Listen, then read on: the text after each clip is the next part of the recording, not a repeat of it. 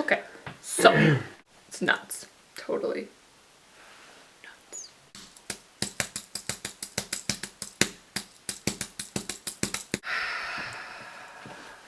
Either sneeze or don't.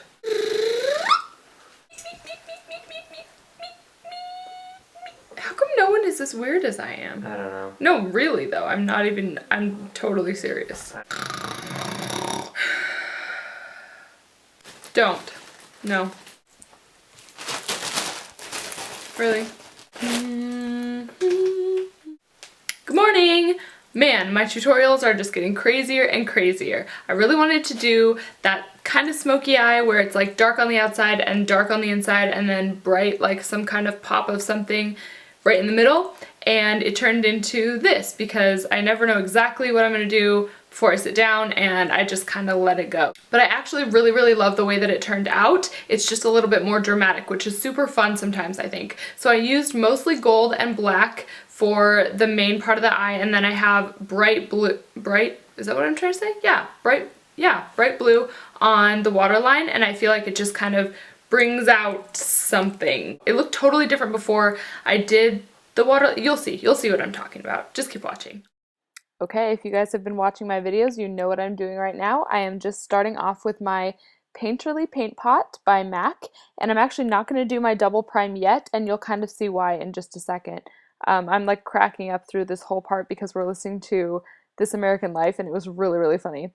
So I'm also taking the paint pot down below on my lower lash line because we are going to be putting a lot of eyeshadow down on the lower part as well. So my first shadow is Orange Soda from the Anastasia Lavish palette, and I'm just going to take that all through the crease. I'm using kind of a weird combination of brushes today because my brushes were dirty and I only had a few that were like clean, so I'm just working with what I got. So this one is really good for blending though. I literally use this throughout the whole entire thing to blend everything out. So the next shadow is Sienna. It's just quite a few shades darker than Orange Soda, but they go really well together when you're kind of mapping out your crease area and your transition shades. So I'm just going to go ahead and blend those together. One thing that I do find really helps is to use a dry oil brush cleaner. They come in a spray form. Makeup Forever makes one. I'm currently using one by, what is it called? Perry and Spirit, I think is how you say it. The Makeup Forever one's really good, but it's super expensive, so I'm using the Perry and Spirit one. It actually works really well also, and it smells like oranges, and who doesn't love that? So that's what I'm using on this brush in between every color. The next thing I'm going to do is take my Black Bean NYX Jumbo Eyeshadow Pencil and kind of just plan out where I'm going to put that black, and you can kind of see the progression of how this look kind of evolved because I started with this small little area being black, and then it kind of grew because I was like, oh, I want to pull it out toward the brow, and it got a little crazy. So we're going to do that on the outside corner and then also on the inside corner, and of course you want to make the inner corner a little bit smaller with the black area than the outer corner is, obviously. And then we're going to go over it, and you can see I kind of put black, like the black bean, through the crease a little bit just so that the black that I drug through there would have something to sit on top of. And I'm going to apply the black from the Lorac Pro Palette, I believe. Is that what that is? Yep, I'm second guessing myself, but that's exactly what it is. So I use those two palettes for this look, the Anastasia Lavish palette and the Lorac Pro palette. So that's what I'm using right now, and I'm taking that black all the way through the crease and also making sure to really let it go into those corners, both inner and outer. Now I'm taking my my NYX Jumbo Eyeshadow Pencil in Milk that I usually use all over my lid, but right now I'm just going to use it where I'm going to put that gold color to really make it pop.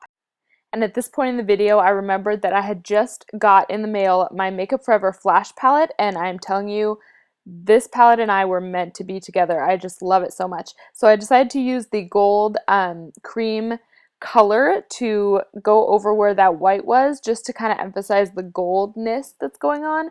But you'll see it's actually a very different gold than the shadow that I ended up using, but it's okay because they just kind of mesh together and make a gold mess, which is quite fun. So I'm going to take the gold shadow, it's just called Gold, and this is again from the Lorac Pro palette, and just dab that all over where I put the gold from the Flash palette.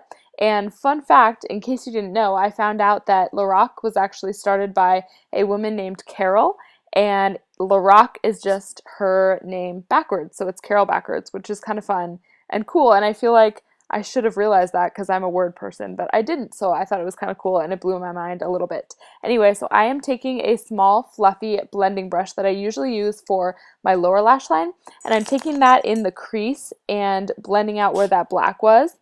And I'm going to continue the black coming down onto the lower lash line using that Black Bean Jumbo eyeshadow pencil, both in the inner corner and the outer, as you can see me doing right now.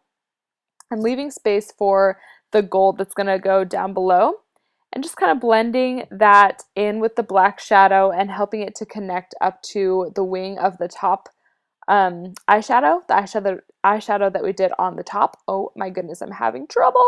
Okay, and then just blending it out in the inner corner as well so that everything is a little bit smokier. And I'm going to take my Milk eyeshadow pencil again and just kind of dab that right in the center there. Sorry, I'm like, my face is moving out of the frame. And I don't remember if I did the Flash Palette Gold under there, but yeah, I guess not, because here I'm just dabbing on the gold eyeshadow again. And it's important once you're doing like these little pops of color in the center there to go ahead and take a fluffy brush like I did on top and like I'm doing here and blend it together, because you want it to be a little bit ombre-ish and you don't want it to be like, I don't know, you'll be able to tell. It'll look super unnatural if you don't blend it, and when you do blend it, the gold melts into the black and it looks really nice. I really, really like the way that it turned out.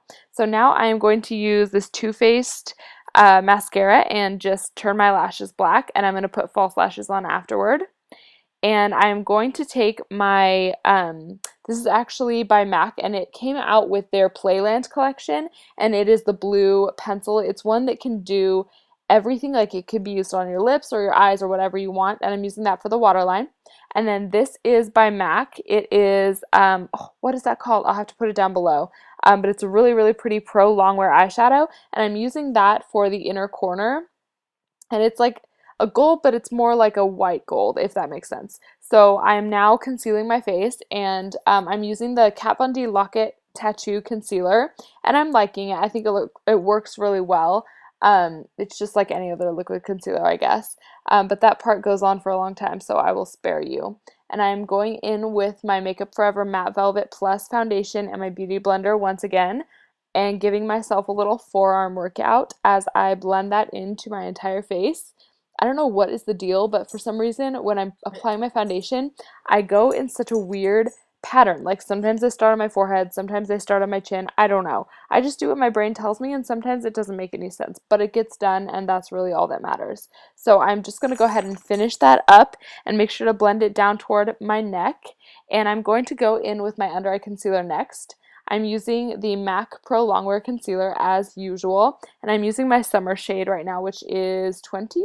NW20? I believe so. I'll put it down below as usual. And I'm using my Beauty Blender to melt the edges of my concealer into the rest of my foundation, just so there's no like crazy under eye highlight, because sometimes if it's not done properly, it looks a little bit cray cray. Now I'm going underneath my eyes and setting my under eye concealer, because I have legit wrinkles under my eyes and I get eczema there a lot, so the skin is all like stretched out and gross. So if I don't set my under eye concealer, it will crease and just look like a hot mess. And I'm just going in and kind of putting that in the areas where my foundation will tend to break up, like between my eyebrows. And for my contour, I am using the Anastasia contour kit again, and this is the shade Java, I believe. Is that the one that I used? I will list it down below, of course. And I am going in and just blending that all throughout my contour area with my NARS Ita brush, which, if Jaclyn Hill is correct, and this is still true, apparently you can now get this again. I saw that she talked about it in her latest tutorial. I'm going through with my goat hair brush and just kind of blending and softening that contour and making it just a little bit more seamless and natural looking.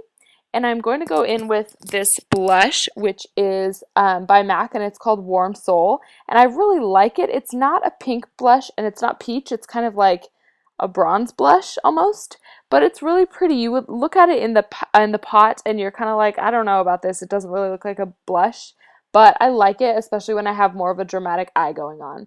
You guys, I'm so excited about the next product I'm going to use because it is one of my very favorite highlighters ever in the whole world. It is called Silver Dusk, and it's by MAC. It's a loose powder, and it's like a highlighter. Like if you're to think of like the Becca highlighters or something like that, it's just not pressed, it's loose, and it's gigantic. At one point, I think this was discontinued, but I bought it after that, so it should still be something that you can get a hold of. It is amazing. It's a great highlighter. I'm just definitely going to have to put it in my will along with all of my pigments because this thing will literally last like 6 lifetimes. I'm not even joking. So I'm going in and just concealing my lip line as usual, and I'm going to use the lip liner called Cranberry. And this is by MAC. I think I used this in my last tutorial, and it is from their Sharon Osbourne collection. And I'm sorry, you guys, I just feel like lining my lips is the most boring thing in the world to watch, so I will cut this short in just a second. I don't know why, I just think it takes a long time, and it's just really, really not exciting to watch. So I'm now going to use the lipstick called Angel from MAC, and I've lately been using this one a lot with a combination of different or a variety of different lip liners, and I like it with this one. It gives it a little something extra. So that is the final look, you guys. Thank you so much for watching, and I will see you in my next video. Bye bye!